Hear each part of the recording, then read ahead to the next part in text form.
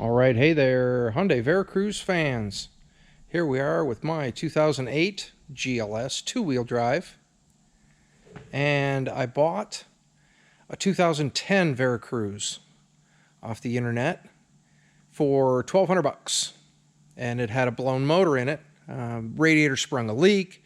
They tried to fix the leak with some over-the-counter stop leak, plugged up the engine, and blew the motor. It basically just blew the head gasket. We'll see if the motor can be saved. But as I was stripping all the parts off that 2010, I was doing the rear axle, and I thought, well, I'll take the brake calipers and the rotors and the speed sensors and all that, and got to looking at it, and this thing comes off with basically 6 bolts, 2 cables, 2 hoses, and 2 plugs. And it's the whole thing. It shocks, springs, everything. Now this rig off the 2010 only had 99,000 miles on it. When I bought that, it had 130,000 on it. So brand new, happy day. My old one, again, just wore out. 220,000 miles that thing has run, and I tow a lot with it. I've towed quite a bit.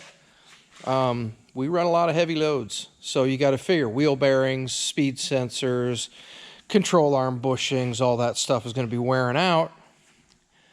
Boom. My $1,200 donor truck, and whoopee, styling and profiling. So far, the biggest pain in the ass has been breaking the exhaust loose. The exhaust goes down in between the frame. The mufflers come in here and go down in between and up to the front. So we had to break that union and then up at the catalytic converter to get the two to separate enough to get it around this obstruction here. And it'll be interesting to see how it goes back in by myself. So there may be some cuss words involved, but I wanted to stop real quick, take some video for you so you could tag along and see that working on these things is pretty darn simple.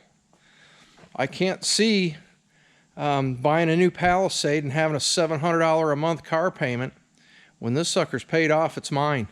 And it's been just the best car ever. I haven't had the parasitic battery drain or any of that. My car just, it runs great. Like I said, we tow with it a lot. So appreciate you coming along. We'll fire it back up when everything's back together. All right, there we go. Just under 3 hours to get the swap complete. There's the old one. I'll set it out for the scrappers. I think I'm going to pull the spring rubbers off the top, but that's the only thing I'm going to save off of that. The brake pads are worn out.